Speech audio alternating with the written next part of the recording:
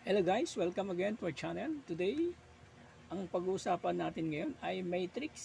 So yung plural niya ay matrix. Yung tamang pronounce niya ay matrices or matrix. Anyway, yung definition niya ay matrix is an ordered rectangular array of elements forming M, row, at N ay column. Yung column yung pa-vertical, yung row pa ganon. So mag-identify muna tayo ng matrix. Anong klaseng uri ng matrix? Example tayo. Example natin letter A. Yung row dito, 1, di ba? 1. So yung column, yung pa ganon, 1, 2, 3. So 3. Yung N ay 3. So yung matrix nito ay 1 by 3 matrix. Sa example natin letter B, ilan yung M, yung row, pa ganon? 1, 2, 3. So yung M dito ay 3. Then yung column, isa lang. Ganon. Then N ay 1. Ang matrix nito ay 3 by 1 matrix. Sample natin letter C. Ang row, yung M natin, 1, 2. 2. Then yung N, 1, 2, 3. 3. So, ang matrix, 2 by 3 matrix. Sa sample natin letter C, D, yung M natin dito, row, 1, 2. Pag ganun, 1, 2. So, 2, yung N, 2, 2. So, 2 by 2. 2 by 2 matrix. So, na-identify natin matrix. So, mag-example tayo ng example ng addition ng matrix. Sa matrix, pwede tayo gumamit ng parentheses or brackets or double vertical, yung gano'n. So, dito gagamit tayo ng parentheses. So, wala naman problema. So, addition ng matrix. So, A plus B, then 2, 4, negative 3, and 6, then plus 0, negative 3, 5, and 7. Yan na sila. A plus B. A plus B. So, i-add lang natin siya. Addition of matrix. I-add natin siya. 2 plus 0. 2 plus 0. 3 plus 5. So, ito negative yan. Negative 3 plus 5. Yan. Parenthesis siya ulit. 4 plus negative 3. 4 plus, mayroon siya negative 3. Then 6 plus 7. 6 plus 7. A plus B, 2 plus 0. So, equals 2. Negative 3, positive 5 ay positive 2, 4. Tsaka ito, negative 2, positive, maging negative siya. So, maging 1. 6 plus 7 ay 13. So, ito, paano nangyari yan? Si positive times negative. Negative times positive, so maging negative. So, maging negative 4 minus 3. So, ito 1. So, ito na yung answer niya. Example natin number 2 ay subtraction of matrix. Ito A minus B. Ito si A, ito si B.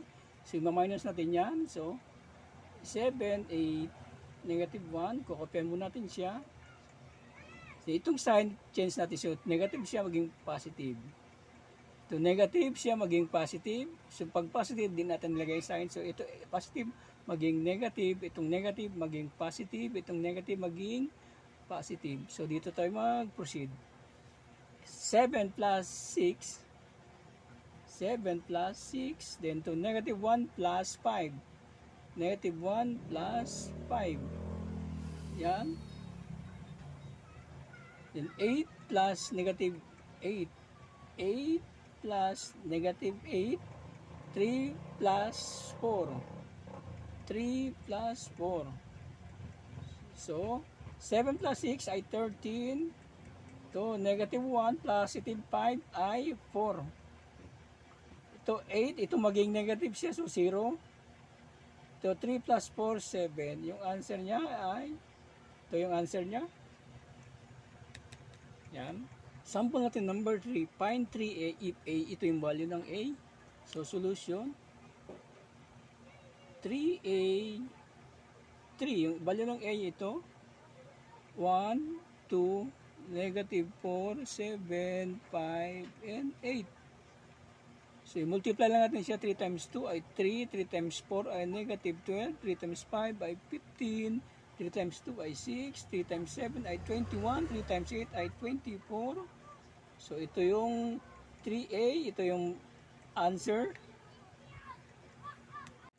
Sample natin number 4. Ito 1 by 4 matrix. Ito naman ay 4 by 1 matrix. So, 1 row and 4 column and 1 column and 4 rows. So, paano gagawin to? So, solution ito, 5 times 7. I-multiply natin siya. 5 times 7 ay 5 times 7. Then, masyado mo kang dito tayo baba. 5 times 7. Ito, multiply. Then to 4 times plus 4 times 2. 4 times 2 plus 2. Then, negative 1 times 0 plus ito 6 times 8. So ito ay 6 times 8. Yan. Then 5 times 7 ay 35 plus 4 times 2 ay 8. Negative 1, so 0 to, plus 0. So 1 times 0 ay 0 plus 6 times 8 ay 48.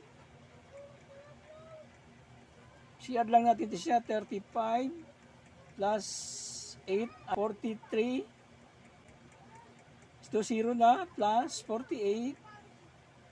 Yan, i-total natin siya, 43 plus 48 ay 91. Ito yung answer.